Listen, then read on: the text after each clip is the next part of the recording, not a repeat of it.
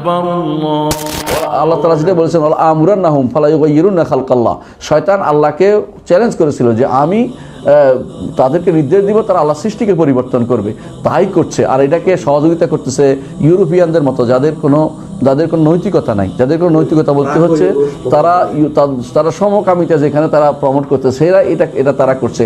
সুতরাং কেউ যদি ট্রান্সজেন্ডারকে সমর্থন করে তার ঈমান থাকবে না, এবং তারা আসলে সমকামিতা প্রমোট করতে চায়। যে কোনো কবিরা গুনাহ সেটা কবিরা গুনাহ, কোনো কবিরা গুনাহ করলে মানুষ মুসলিম হবে না, কাফের হবে না। কিন্তু যখন কবিরা গুনাহকে যখন হালাল মনে করা হবে তখন সে কাফের হয়ে যাবে। ট্রান্সজেন্ডার যারা করছে তারা সেটাকে কবিরা গুনাহ মনে করে করছে না, তারা সেটাকে হালাল মনে করে করছে, এটাকে তারা আইন করতে চাচ্ছে।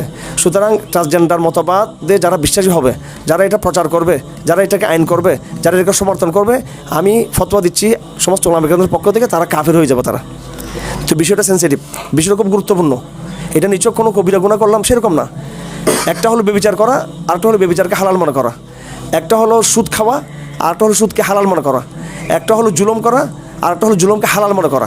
পাপ করলে মানুষ আল্লাহর কাছে ফাসিক হিসেবে গণ্য হবে, খারাপ হিসেবে গণ্য হবে। আল্লাহ চাইলে মাফ করতে পারেন, চাইলে ক্ষমা করতে পারেন, কিন্তু পাপকে যখন হালাল মনে করা হবে তখন সে কাফের হয়ে যাবে। তো এই বিষয়টি কুফরের বিষয়। এটা কুফরি এবং ইমানের মাসালা, যে কেউ যদি মনে করে ট্রান্সজেন্ডার হওয়া যায় সে ব্যক্তি কাফের হয়ে যাবে।